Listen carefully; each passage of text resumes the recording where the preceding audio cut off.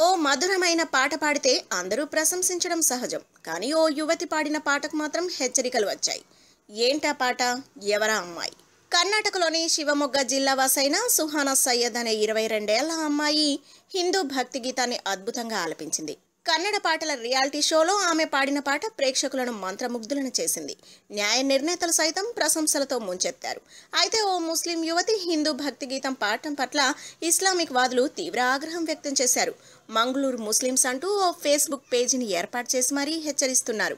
సుహానా, నువ్వేదో ఘనకార్యం సాధించాలని అనుకోకు. ఇతర పురుషుల ఎదుట నీ అందాన్ని చూపించేలా నీ తల్లిదండ్రులు ప్రోత్సహించారు. వాళ్ళు నీ వల్ల స్వర్గానికి వెళ్లరు. పర్దాను గౌరవించినందున దయచేసి పర్దాను తీసేయంటూ హెచ్చరించారు.